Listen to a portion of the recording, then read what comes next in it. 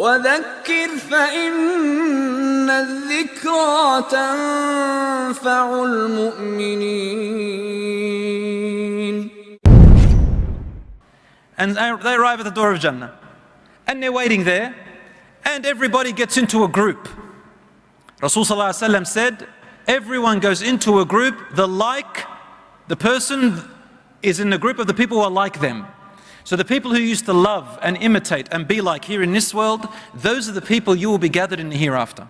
The scholars, for example, with the scholars, the prophets with the prophets, for example, the scholars with the scholars, the righteous with the righteous, the people who are excellent in their fasting, they'll be with people who are excellent in their fasting. People who are excellent in charity and giving, they'll be with the people who excelled in charity and giving. Those who excelled in salat and prayer and worship, they'll be with the people who excelled in prayer and worship, and so on and so forth. And that's a little hint over here, brothers and sisters, that in the world, the 21st century of social media trends, be careful of attaching your heart to celebrities and influencers and making them everything in your life. Because Rasul sallallahu alaihi wasallam, when Mu'adh radiallahu anhu came to him and he said, Hanzala,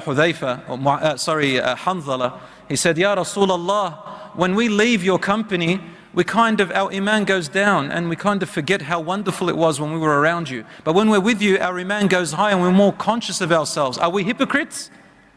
For Rasul sallallahu alaihi wasallam, he smiled and said, oh no.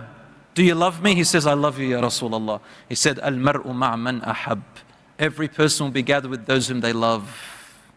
And loving just doesn't mean by word. Loving means that you do what love means.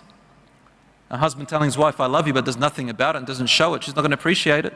Same with the wife. She never shows any love for her husband, always complaining and everything about everything all the time. He's going to say, well, where's the love? Your children telling her, I love you, but they rebel against you in every way. You're not going to believe that much. And children, their parents telling them, I love you, but they abuse them. Then where's the love? So brothers and sisters, love has a big meaning, even in Islam.